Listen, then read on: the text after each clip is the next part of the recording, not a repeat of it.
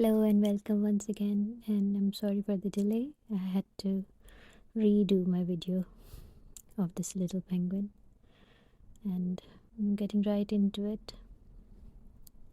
And because the video I'd done earlier was more of it was off the camera, so I thought I'd do another one. That's why the delay.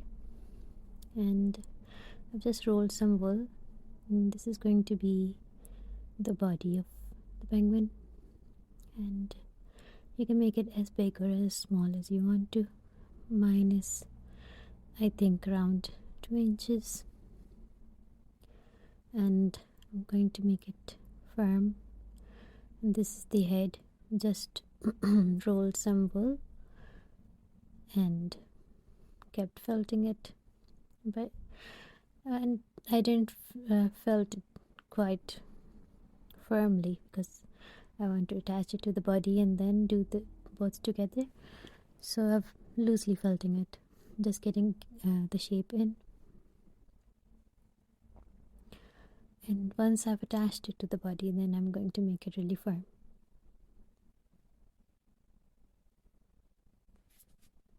So I'm going around. I had been busy with more Christmas crafts. Started with polymer clay and sold quite lots of them on the school fair, and I've had some sales on Etsy as well, so I'm happy with that. So as you can see, I've attached the head and I'm going all around.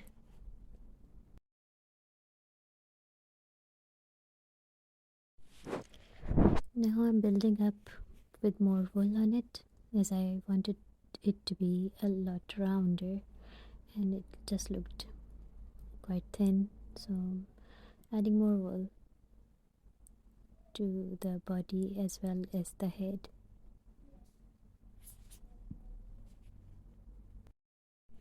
When it is firm enough, I'm going to draw the shape I want it to be of the penguin, and I'm doing it with the watercolor marker. You can do it with any marker because it's going to be well covered with wool, so they are just guidelines.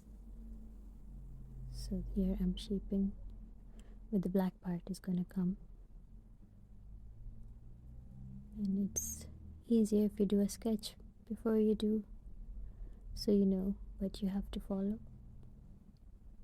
So I've done penguins before, so I knew where I had to take the lines to.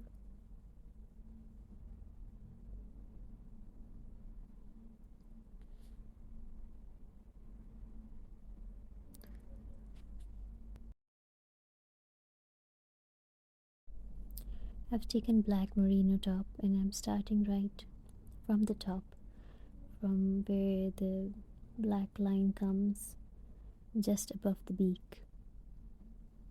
So I'm following the lines and I'm going to add the black color, and it's easier if you do the outlines first, so you know exactly where it has to be, and the curves as well, and before your lines are completely hidden. So it's always better to go along the lines first that you have drawn with the marker, and then you can just fill in the rest of the black part. I've covered the black part, and now I'm adding a merino white to the front of the body, same way I've done the black. The white is easier as you have the shape left where you have to cover.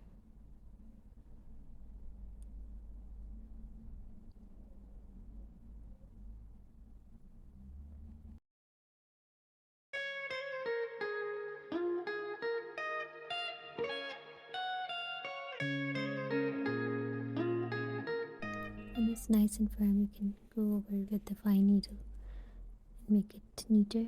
Now I'm going to make the arms, and I've just rolled some merino wool. Just roll to the length of the arm I want. You can just measure it off the body, and I'm going to felt it down into a shape I want, and it's just going to be a little pointy edge to it, like the penguins have. And when I'm done with two, I've attached them to the sides of the body and gone over them with the needle. Now I'm going to make the tiny feet. I've rolled some orange wool, just a little bit, just rolled it into a small size, and I'm going to cut and make the little toes, and then I'm going to felt them down. So I just loosely rolled the part of wool just the size that I need, not too big, because you have to have two of them underneath the body, so they have to be really small, and you can keep felting them until they're nice and firm, and you have to make two. Once I'm done with two, I've just attached them very loosely first, just to see if they fit well, and then I'm going to keep going over with a fine needle until I'm happy. For the beak, I'm going to attach the wool and then shape it on the face itself, and you can shape the beak first and then attach it, it's up to you. But I've just rolled some merino wool and I've placed it where I want the beak to be attached. So the front part has to be a bit longer than the bottom part. So I'm attaching it from the center, and then I'm going to shape it. I keep felting it until I get the right shape. So you have to keep turning or keep it down on the edge of the mat, and you have to keep going until you get a nice shape of both the parts.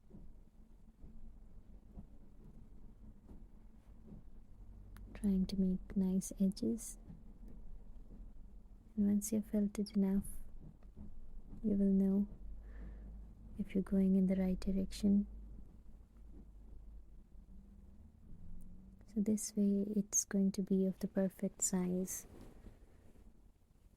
when you make it right on top of the head itself. Just going over with a fine needle, and I've gone off the camera again, I'm sorry about that.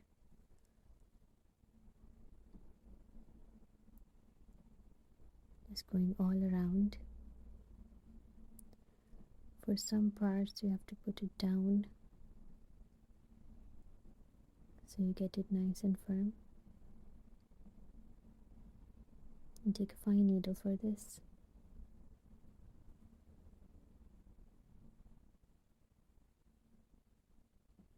I'm using Heidifeathers needles, and I think this one is the golden one.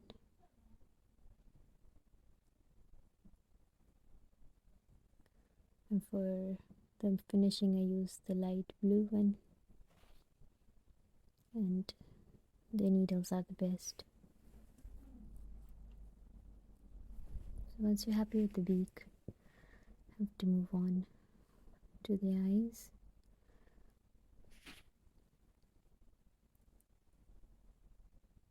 Taken just a little tiny piece of wool, rolled it in my fingers and attaching it. You can use plastic eyes if you want to, but for this project I just chose to do it with the wool.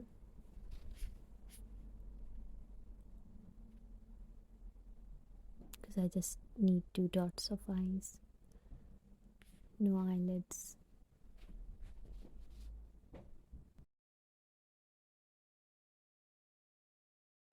The same way I'm going to attach the other eye. And I'm sorry again, it's a bit off the camera, but it's just as I did the first one. Roll some wool between my fingers, and I'm going to place it where I need it to be and just felt it down. And as you can see, I haven't really covered the head of my penguin very well with the black wool because I know it's going to be covered with the red hat. So just needed a good outline. For the hat I'm using red merino, and merino is a bit difficult to felt. So I've just felted it down first, wrapped it around the head, and I'm giving it shape. First you have to make the rim and go around, and when you've got the rim done, you can just felt down the end part of the hat, so you know that these two parts are done, and then you can go around with your needle until you get the desired shape of the hat. So the rim and the end of the hat are done first, and then I've just gone felted all around and made the shape I wanted.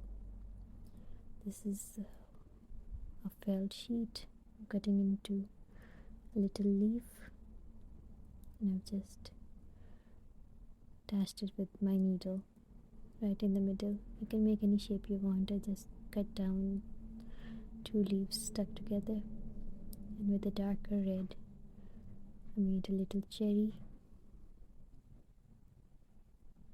I'm shaping the hat. So this is the penguin done. I'm attaching more black because I needed it to stand and it wasn't standing, so I'm just attaching some more at its behind. So now it stands, and given it a little bit of a platform and small snowballs as well. You can make the environment you want, but this little one goes into a bobble. It's going to make a nice little ornament. And here's the finished product. It was sold on Etsy last week, so it's already been shipped.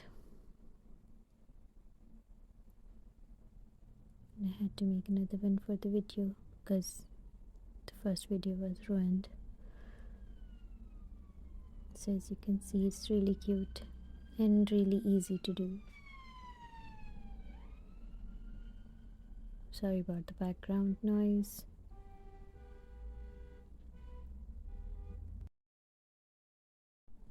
Thank you very much for watching, and hope you enjoyed this little project. It's really easy to do and it turns out really cute. Thank you for watching, and do subscribe for more cute creations. Thank you.